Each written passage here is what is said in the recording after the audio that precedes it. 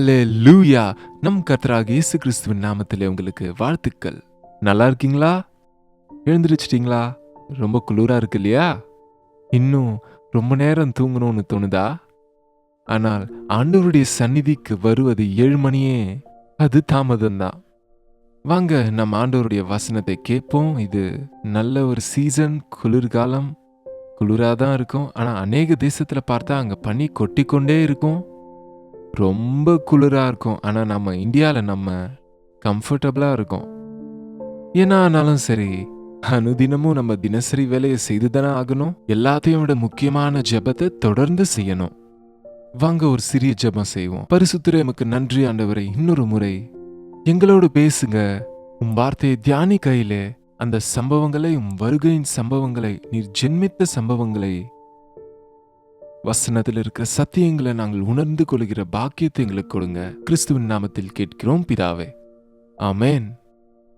இயேசு கிறிஸ்து உண்மையான தெய்வம். நம்புறீங்களா?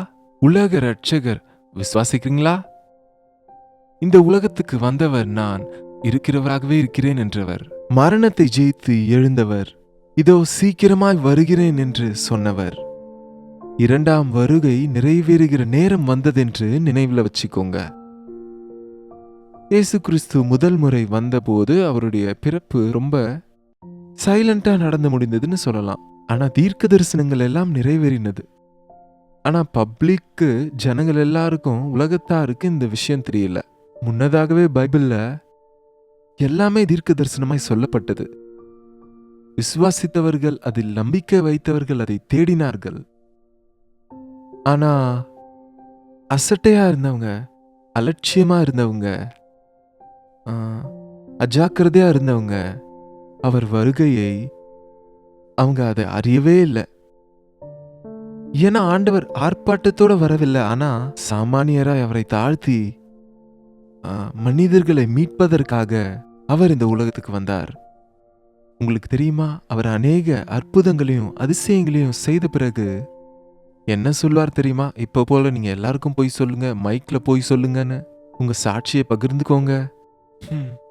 என்னங்க, நான் செய்த ஜெபத்தினால எவ்வளோ காரியங்கள் நடந்ததுன்னு பாருங்கன்னு பிரபலப்படுத்தவில்லை. ஆனா உனக்கு நடந்த இந்த காரியத்தை பத்தி யார்கிட்டையும் சொல்லாதன்னு சொல்லுவாரு. ஏன்னு சொன்னா மனிதனால மகிமைப்படுவதல்ல, பிதாவினால மகிமைப்படணும்னு நினைப்பாரு. அவர் ஏதோ நம்மை சுகப்படுத்துவதற்கும் அது இது செய்வதற்கு மட்டுமல்ல, நமக்கு அற்புதங்களையும் ஆச்சரியங்களையும் காட்டிட்டு போறதுக்கல்ல, அவர் ஜீவ பலியாக பாவத்திற்கு பரிகாரமாய் தம் ஜீவனை கொடுப்பதற்கு வந்தாரு. அவர் இந்த உலகத்தின் ராஜா ஆகிறதுக்காக வரலங்க, பரலோக ராஜ்யத்திற்கு, நம்மை பரலோக ராஜ்யத்தின் வாரிசுகளாக செய்வதற்கு, அவர் சிங்காசனத்திலே அவர் வீற்றிருப்பவர் என்று நமக்கு நினைவுபடுத்துவதற்கு, அவர் ராஜாதி ராஜாவாக இருக்கிறார் என்பதை கூட நாம் விசுவாசிக்க வேண்டும். இந்த சந்தர்ப்பங்களிலே நாம் மத்தேயு மற்றும் லூக்கா எழுதின சுவிசேஷத்தில் இருக்கிற முதல் 2 அதிகாரங்களை, அதிலே நடந்த சில விஷயங்களை பற்றி நாம் தியானித்து கொண்டு வருகிறோம். மத்தேயுவின் சுவிசேஷம் 2ஆம் அதிகாரத்திலே, சில நாளைக்கு முன்பு லூக்காவின் சுவிசேஷம் 2ஆம் அதிகாரத்திலே மேய்ப்பர்களை பற்றி சில விஷயங்கள் தெரிந்து கொண்டோம். தூதர்கள் வந்து சொன்ன விஷயம். இங்கே மத்தேயுவின் சுவிசேஷம் 2ஆம் அதிகாரத்திலே ஞானிகளை பார்க்கிறோம். இந்த ஞானிகள் 3 பேர். ஏன்னு சொன்னா பொன்னையும் தூபவர்க்கத்தையும் வெள்ளை போலத்தையும் கொண்டு வந்ததால 3 பேர் நினைப்பாங்க. ஆனா 3 பேர் எங்கேயும் இல்ல, சில ஞானிகள் என்று இருக்கிறது. ஆனா எவ்வளவு பேர் வந்தாங்கன்னு நம்மளுக்கு தெரியாதுங்க. அந்த சாஸ்திரிகள் இயேசு கிறிஸ்துவை தேடிக்கொண்டு வந்தாங்க. எப்பவுமே சாஸ்திரிகள் ஞானத்துக்காக தேடுவாங்க. ஏசாண்டவருக்கு இன்னொரு பெயர் ஞானம். உலக ஞானம் அல்ல, எங்கேயோ ஆகாயத்துக்குள்ள போகணும்னு, ஏதேதோ கண்டுபிடிக்கணும்னு மனுஷங்க அவங்க எத்தனையோ முயற்சிகளை செய்யறாங்க. ஆனா யாராவது தேவனை கண்டுபிடிக்கணும்னு, தேவனுடைய குணங்களை கண்டுபிடிக்கணும்னு, தேவனுடைய திட்டங்களை அறியணும்னு, தேவனுடைய சித்தத்தை அறியணும்னு, தேவனுடைய மகத்துவத்தை தெரிந்து கொள்ளணும்னு, தேவனுடைய அன்பை தோண்டி தோண்டி பார்க்கணும்னு உண்மையா ஆசைப்படுறவங்க அதை நிறைய பெற்றுக்கொள்ளுவாங்க. குறையாத தன நிதியாக இருக்கிறார் நம் ஆண்டவர். இந்த சாஸ்திரிகள் ஆகாயத்திலே நட்சத்திரத்தை கண்டு ஒரு பெரிய நபர் பிறந்தார்னு தேடிக்கிட்டு, ஈஸ்ட்ல இருந்து, அப்படின்னா இப்படி ஆப்பிரிக்கா, பாரத தேசம், என்னங்க சில சில சுற்றுப்புறத்துல ரொம்ப தூரங்களில் இருந்து இப்போனா ஃப்ளைட்ஸ் இருக்கு, சில மணி நேரத்துல போயிடுறோம். அந்த நாட்கள்ல அவங்க ஒட்டகங்களின் மேல பிரயாணம் செய்து கிட்டத்தட்ட 2 வருஷம் ஆனதாக அந்த பிரயாணம் 2 வருஷங்கள் அவங்க கிறிஸ்துவ கண்டுபிடிக்கும்படிக்கு தேடினாங்கன்னு சொல்லப்படுது. எப்படியோ ஒரு வழியா ஆனா தப்பி தவறி ஏரோது இடத்துல போயிட்டாங்க. ஆ, யூதர்களின் ராஜா பிறந்திருக்கிறாரு எங்கன்னு கேட்டா அவர் அரண்மனையில பிறந்திருப்பாருன்னு நினைச்சிருப்பாங்க. அங்க போய் கேட்டாங்க. ஆனா வஞ்சகமாக ஏரோது, நீங்க பார்த்துட்டு வந்து எனக்கும் சொல்லுங்கன்னு, நான் இருக்கும்போது இன்னொரு ராஜா யாருன்னு பொறாமையினால் நிறைந்த அவன் அந்த பிள்ளையாகிய கிறிஸ்துவை கொல்லணும்னு கூட அவன் அங்கே பிளான் செய்தான். பின்பு அவனிடத்திலிருந்து சாஸ்திரிங்க தப்பிச்சிட்டாங்க. ஆனா வெளியே வரும்போது அவர்களை வழிநடத்தின நட்சத்திரம் அங்கேதான் இருந்தது. பக்கத்திலே, எருசலேமுக்கு பக்கத்திலே இருக்கிற பெத்லகேம்ல ஏசாண்டவர் இருந்த அந்த இடத்தண்டையில வந்து நின்றது. அப்போவே சத்திரத்திலிருந்து வீட்டுக்கு வந்துட்டாங்க. சோ இந்த சாஸ்திரிகள் ஒட்டகங்களிலிருந்து இறங்கி 10ஆம் வசனம் பாருங்க, 2ஆம் அதிகாரம் 10ஆம் வசனம். அவர்கள் அந்த நட்சத்திரத்தை பார்த்து மிகுந்த சந்தோஷம் அடைந்து அந்த வீட்டுக்குள் பிரவேசித்து பிள்ளையையும் அதன் தாயாகிய மரியாளையும் கண்டு சாஷ்டாங்கமாய் விழுந்து அதை பணிந்து கொண்டு தங்கள் பொக்கிஷங்களை திறந்து பொன்னையும் தூப வர்க்கத்தையும் வெள்ளை போலத்தையும் அதற்கு காணிக்கையாக வைத்தார்கள். இந்த சாஸ்திரிகள் என்று சொல்லும்போது ரொம்ப பணக்காரங்கன்னு, ஜமீன்தாருங்கன்னு கூட வரலாறு சொல்லுது. அதுக்குதான் அவ்வளவு தூரம் பிரயாணம் பண்ணி வர முடிஞ்சது, அவ்வளவு செலவு பண்ணிட்டு வந்தாங்க, அவ்வளவு விட்டு விட்டு வந்தாங்க. அவர்கள் ஒட்டகங்களின் மேலிருந்து இறங்கி அந்த வீட்டிற்குள்ள பிரவேசித்து அந்த பிள்ளையை மற்றும் அதன் தாயாகிய மரியாளையும் அந்த பிள்ளையையும் கண்டு சாஷ்டாங்கமாய் அந்த பிள்ளையை பணிந்து கொண்டாங்க. யாராவது பிள்ளையை பார்த்து பணிந்து கொள்வாங்களா? அந்த குழந்தையில சாஸ்திரிகள் என்ன பார்த்தாங்க? அவர் இன்னும் பிள்ளையாக தான் இருந்தார். அவர் பிள்ளையாகவே வயதிலே, தெளிவிலே, ஞானத்திலே, தேவதயவிலே, மனுஷ தயவிலே வளர்ந்து கொண்டு இருந்தார். சாதாரணமா பார்க்கிறவங்க ஒரு கார்பெண்டரின் பிள்ளையாக தான் பார்த்தாங்க.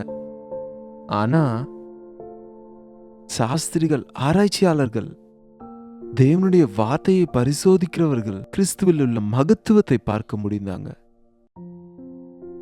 அந்த சாஸ்திரிகள் பிள்ளையாகிய கிறிஸ்துவின் முன்பு சாஷ்டாங்கமாய் பணிந்து, என்னங்க சாஷ்டாங்கமாய் பணிவோம் என்று பாட்டு பாடுவோம் அந்த காலத்துல. இன்றைக்கு நாற்காலியில உட்கார்ந்து பாடல் பாடுறாங்க கிறிஸ்தவ விசுவாசிகள். என்னங்க நாற்காலியில உட்கார்ந்து நாம தேவனோடு பேசலாம்னு நினைக்கிறோம். ஒருவேளை உங்களுக்கு உடம்பு சரியில்லைன்னா அது வேற விஷயம். இல்லைன்னா இந்த மாதிரி ஷூட்டிங் இருக்குன்னா வேற வழி இல்லாம இதெல்லாம் நவுத்த முடியாததுனால இந்த மாதிரி நேரத்துல உட்கார்ந்து நானும் ஜெபிக்கிறேன். நீங்க யாரும் தவற நினைக்காதீங்க. ஆனா முழங்கால நிக்கணும்ன்ற ஆசை உட்கார்ந்து இருந்தாலும் தேவனுக்கு முன்பாக இருதயத்துல சாஷ்டாங்கமாய் பணிந்து கொள்ள வேண்டும் என்ற வாழ்க்கை எல்லா விசுவாசிக்கும் இருக்கணும். நம்ம தோரணை முக்கியம் இல்லை, ஆனா தேவனுக்கு முன்பாக அந்தரங்கத்தில் எப்படி சாஷ்டாங்கமாய் பணிகிறோம்? நாங்க இவ்வளவு பெரிய சாஸ்திரிகளை, நாங்க பெரிய ஆராய்ச்சியாளர்கள், இவ்வளவு பெரிய தியாகம் செய்தோமே, எங்களுக்கு தண்ணி கொடுக்கல, எங்களுக்கு சாப்பாடு கொடுக்கல, எங்களுக்கு மரியாதை கொடுக்கலன்னு கேட்கவில்லை. ஆனா மிகுந்த சந்தோஷம் அடைந்து, சொல்லி முடியாத சந்தோஷத்தோட, இவ்வளவு நாளாய் நாங்கள் தேடின இரட்சகரை கண்டுபிடித்தோம்னு, மேசியாவை கண்டுகொண்டோம், ராஜாதி ராஜாவாக வந்திருக்கிற இயேசு கிறிஸ்துவை கண்டுகொண்டோம், அவர் ராஜாதி ராஜா, பிரபுக்களுக்கு பிரபு என்று விசுவாசத்தின் கண்களாலே பார்த்த அந்த சாஸ்திரிகள் சாஷ்டாங்கமாய் விழுந்து பூஜித்து, பூஜை செய்துன்ற வார்த்தையை நம்ம பாரத தேசத்துல பயன்படுத்துவோம். எங்க பாட்டி கூட பூஜை செய்வாங்க. என்னை பக்கத்துல உட்கார வைத்துக்கொண்டு சில பூக்களை எடுத்துக்கொண்டு ஒரு தேவதையின் பேரை ஒவ்வொரு பூவாக போட்டு ஒவ்வொரு புகழ்ச்சியோடு புகழ்ந்து எவ்வளோ நேரம் அந்த பூஜையை செய்து கொண்டு இருப்பாங்க. இன்றைக்கு நம்ம ஏசாண்டவர் ஆராதிங்கன்னு சொன்னா, ஆராதனை செய்வது என்பது அவரை புகழ்வது, அவரை துதிப்பது, அவருடைய மகத்துவத்தை விவரிப்பது, அவர் செய்த நன்மைகளை நினைப்பது, அவருக்குள்ளே இருக்கிற அந்த அழகை அனுபவிப்பது, ஆனந்தமா இருப்பது. என்னங்க இன்னைக்கு எத்தனை பேர் நம் ஆலயத்துக்கு போகும்போது இல்லைன்னா தனிமையில உட்கார்ந்து தேவனுடைய வார்த்தையை தியானித்து மனசு நிறையிற வரைக்கும் அவர் சந்நிதியில உட்கார்றோம். அவர்கள் சாஷ்டாங்கமாய் விழுந்து அவரை பணிந்து கொண்டு, எத்தனை நாமங்கள் இருக்கிறதோ இயேசுவின் நாமங்கள் இன்றைக்கு தமிழ்லயும் தெலுங்குலயும் மட்டும் இல்லாம ஹீப்ரூல இருந்து எடுத்து எத்தனை பாடல்கள் எழுதுறாங்க பாருங்க. அந்த ஒவ்வொரு நாமத்திலும் உள்ள அர்த்தத்தை நம்ம புரிந்து கொண்டா, சர்வ வல்லமையுள்ள தேவன், நம்மை சுகமளிக்கும் தேவன், அவர் துணையாக இருக்கிறவர், நம்மோடே கூட இருக்கிறவர், அவர் நமக்கு ஜெயத்தை கொடுக்கிறவர், அவர் நம்மை காப்பாற்றுகிறவர், அவர் நமக்கு சமாதானத்தை கொடுக்கிறவர் என்று அர்த்தம் வருகிற எவ்வளவு நாமங்களுடைய நம் இயேசு ஆண்டவரை எவ்வளவு நேரம் வேணா ஆராதிக்கலாம். நாம் எவ்வளவு ஆண்டவரை துதிக்கிறோமோ, எவ்வளவு அவரை ஆராதிக்கிறோமோ, எவ்வளவு அவருடைய மகத்துவத்தை புரிந்து கொள்கிறோமோ, அவ்வளவு நம்ம தைரியமா இருப்போம், நிறைவா இருப்போம், ஆசீர்வதிக்கப்படுவோம், நம் விசுவாசம் வளர்ச்சி அடையும். தேவனுடைய சந்நிதியில் அவரை ஆராதிப்பது, ஆவியோடும் சத்தியத்தோடும் தனியா இருக்கும்போது அவரை ஆராதிப்பது, சபைக்கு போய் உடன் விசுவாசிகளோட ஆராதிக்கிற விஷயத்தை அலட்சியப்படுத்தாதீங்க. ஆன்லைன் ஆராதனையில முடியாதுங்க. அதெல்லாம் தனிப்பட்ட முறையில் ஆண்டவர் சந்நிதிக்கு நாம் போகணும். சாஷ்டாங்கமாய் விழுந்து பணிந்து கொண்டு தங்கள் பொக்கிஷங்களை திறந்தாங்களாங்க. தேவனுடைய மகத்துவத்தை நாம் அறியும்போது நாம அட்லீஸ்ட் நம்ம பர்ஸ், வாலெட் இல்லைன்னா நம்ம ஜோபியில கையை விட்டு தேவனுக்கு ஏதாவது ஒரு சிறிய காணிக்கை கொடுக்கிறோமா? முதல்ல ராஜாவா இருக்கிற இவருக்கு நாங்க கொடுக்கறது என்ன காணிக்க? பிள்ளையா இருக்கிற இவருக்கு நாங்க கொடுக்கிற காணிக்க என்னன்னு நினைக்கல. ஆனா அவர்கள் பெட்டிகளில் பத்திரமாக மிக விலையுயர்ந்தவைகளை கொண்டு வந்து அவைகளை திறந்து, என்னது? தங்கம், தூபவர்க்கம், வெள்ளை போலம். தங்கம்னு சொன்னது நமக்கு மிகவும் விலையுயர்ந்ததுன்னு சொல்லுவோம் இல்லையா? தங்கத்துக்கு எப்பவும் மதிப்பு இருக்கும் இல்லையா? ஆனா உண்மையா சொல்லணும்னா அதுவும் ஒரு எல்லோ மெட்டல். அது ஒரு வகையான உலோகம்தான், பித்தளை, இரும்பு, சில்வர் போல. என்னங்க, ஆனா அது ரொம்ப அதுக்கு எப்படி மதிப்பு வந்ததுன்னு நான் நினைக்கிறேன்னா, அது எப்படி வளைச்சாலும் வளையக்கூடியது. எவ்வளவு சின்னதாக, எவ்வளவு மெலிசா அதை அந்த கொல்லன் ஆபரணங்களை செய்யும் போது எவ்வளோ அழகா செய்வார்னு பார்த்தா, அவ்வளவா அது ஃப்ளெக்சிபிளா இருக்கும், அது அவ்வளோ கெட்டியா இருக்கும், அவ்வளோ டியூரபிளா இருக்கக்கூடியது. அது மங்கி போயிடாது, கலர் போகாது, அதனால அதுக்கு மதிப்பு வந்திருக்கும். தேவன் நம்ம கூட, நம்ம பிள்ளைங்களை கூட தங்கம் தங்கம்னு சொல்லுவோம். ஆனா அப்படி தங்கம் போல அவங்கள தயார்படுத்துறோமா? அவங்கள விலையுறந்தவங்களா மாத்துறோமா? அவங்க கஷ்ட நஷ்டங்களை பொறுத்துக்கிறவங்களா ஆயத்தப்படுத்துறோமா? இவ்வளவு தூரத்துல இருந்து வந்த சாஸ்திரிகள் பொக்கிஷத்தை திறந்து தங்கத்தை கொடுத்தாங்க. தங்கம் ராஜாக்களுக்குரியது. பொன் ஆபரணங்களை அணிவாங்க அந்த காலத்துல ராஜாக்கள். அவங்க இயேசு கிறிஸ்து ராஜா என்பதை உணர்ந்தாங்க. யூதரின் ராஜா, ராஜாதி ராஜா என்று விசுவாசித்தாங்க. அதனால அவங்க தங்கத்தை கொடுத்தாங்க. ரெண்டாவது தூபவர்க்கம். எங்க சின்ன வயசுல வீட்டுல சாம்பிராணி புகையை போடுவாங்க. சாயங்காலம் ஆனா நல்ல சாம்பிராணி புகையை போட்டா வீட்டுல இருக்க கொசுவெல்லாம் போயிடும். வீட்டுல நல்ல ஒரு நறுமணம் இருக்கும். தலைக்கு குளிச்சா கூட இந்த சாம்பிராணி புகையை போடுவாங்க. அப்ப அந்த சளி பிடிக்காம இருக்கும்னு, எந்த ஒரு இன்ஃபெக்ஷன்ஸ் வராம இருக்கும்படி. சாம்பிராணி அது தான் கருகி போனாலும் ஒரு நல்ல நறுமணத்தை, அருமையான ஒரு நறுமணத்தை நமக்கு கொடுக்கும். அது எரிந்து போய்கொண்டே இருந்தாலும் அதிலிருந்து ஒரு நல்ல ஒரு நறுமணம் நமக்கு கொடுக்கிறது. இயேசு கிறிஸ்து சிலுவையில் தன்னைத்தானே அர்ப்பணித்துக் கொண்டு ஜீவ பலியாக கொடுக்கப்பட்ட போது, அந்த சிலுவையின் மூலமாக நமக்கு ரட்சிப்பின் பரிமளத்தையும் சுகத்தையும் ஆசீர்வாதங்களையும் நமக்காக கொடுத்தார். சாம்பிராணி இயேசு கிறிஸ்துவின் சிலுவை பாடுகளுக்கு, சிலுவைக்கு நினைவா இருக்கு. அவருடைய தழும்புகளாலே நாம் சுகமடைகிறோம் என்று அறிந்த சாஸ்திரிகள் சாம்பிராணியை கொடுத்தாங்க. மூன்றாவது போலம். வெள்ளை போலம் ஒரு வகையான சுகந்த திரவியம். அது சரீரங்களுக்கு மரித்த பின்பு பணக்காரங்களுடைய சரீரங்களுக்கு பூசுவாங்க. அது விலையுயர்ந்தது. அது அதுவும் ஒரு நல்ல நறுமணத்தை கொடுக்கக்கூடியது. அது இயேசு கிறிஸ்துவனுடைய உயிர்த்தெழுதலுக்கு அடையாளமா இருக்கிறது. அவருடைய சரீரம் அழியாது, அது கெட்டு போகல. இயேசு கிறிஸ்து உயிர்த்தெழுந்தவர் என்று நம்பினவங்க வெள்ளை போலத்தை கொடுத்தாங்க. அவர் ராஜரிகத்துக்கு அடையாளமா பொன்னையும், அவர் பாடுகளுக்கு அடையாளமா சாம்பிராணியும் அவர் உயிர்த்தெழுந்தவர் என்பதற்கு அடையாளமா வெள்ளை போலத்தையும் சமர்ப்பித்து அவரை பணிந்து கொண்டாங்க.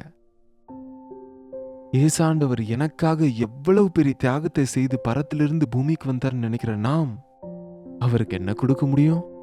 உடைந்த நொறுங்கிய இருதயத்தை அவர் விரும்புகிறார். என்னை இவ்வளவாய் நேசித்து எனக்காக பரத்திலிருந்து இறங்கி வந்து உம் ஜீவனை கொடுத்த என் ஆண்டவரை முன் சாஷ்டாங்கப்பட்டு என் வாழ்க்கையை முக்குப்பு கொடுக்கிறேன். என்னுடையதெல்லாம் உமக்கு தான். உம் நாம மகிமைக்காக வாழ்வேன் என்று ஒரு ஒப்பந்தம் செய்து கொள்ளலாமா? செபிப்போம். பரிசுத்தரே, அன்பான தகப்பனே, உண்மையான ஒரு ஞானி பாவத்தை அருவருக்கிறவன் என்று கர்த்தருக்கு பயப்படுவதே ஞானத்தின் ஆரம்பம் என்று சொல்லியிருக்கிறீரே. உம்மிடத்திலே பயந்து இருந்து உம்முடைய மகத்துவத்தை உணர்ந்து ஏதோ ஆச்சாரமாய் ஐயா சாஸ்திரிகள், தூதர்கள், மெய்ப்பர்கள் என்று கிறிஸ்மஸ் சந்தர்ப்பமாக ஒரு வழக்கத்தின்படி இதை ஆச்சாரமாக கூட நாங்கள் செய்யாதபடிக்கு எனக்காக ராஜாதி ராஜாவாகிய ஆண்டவர் தம்மை தாழ்த்தி இந்த உலகத்துக்கு வந்து என்னுடைய பாவங்களுக்காக தம் ஜீவனை கொடுத்து மீண்டும் உயிர்த்தெழுந்தவராய் எழுந்திருக்கிறார் என்ற பூரண சுவிசேஷத்தை இன்னொரு முறை மனதார நாங்கள் அதை தியானித்து மகிழ்ந்து எங்களை உமக்கு நாங்கள் அர்ப்பணித்துக் கொள்ளும்படி உம் அன்பின் சுவிசேஷத்தை இந்த உலகமெங்கும் பிரசித்தப்படுத்த எங்களுக்கு உதவி செய்ய வேண்டும் என்று கிறிஸ்துவின் நாமத்தில் கேட்கிறோம் பிதாவே, ஆமேன். பிதாவாகிய தேவனுடைய அன்பும் குமாரனாகிய இயேசு கிறிஸ்துவின் கிருபையும் பரிசுத்த ஆவியானவரின் அந்யோன்யமும் ஐக்கியமும் கூடி வந்திருக்கிற நம் அனைவருக்கும் இப்பொழுதும் சதா காலமும் துணையாயிருப்பதாக. ஆமேன். தேவனுக்கு ஸ்தோத்திரம். உங்களுடைய ஜெப விண்ணப்பங்களையும் பாரங்களையும் 8939801234 என்ற நம்பருக்கு ஒரு டெக்ஸ்ட் அல்லது வாய்ஸ் மெசேஜ் மூலம் நீங்க எங்க இருந்தாலும் கூட எங்களுக்கு அனுப்புங்க. நாங்க ஜெபிக்கிறோம். கர்த்தருக்கு சித்தமானால் நாளைக்கு இதே நேரத்தில் அனுதின தியான நிகழ்ச்சியில மீண்டும் சந்திப்போம். தேவ வார்த்தையை தியானிப்போம். அதுவரை கர்த்தருடைய கிருபை உங்களுக்கு துணையா இருப்பதாக.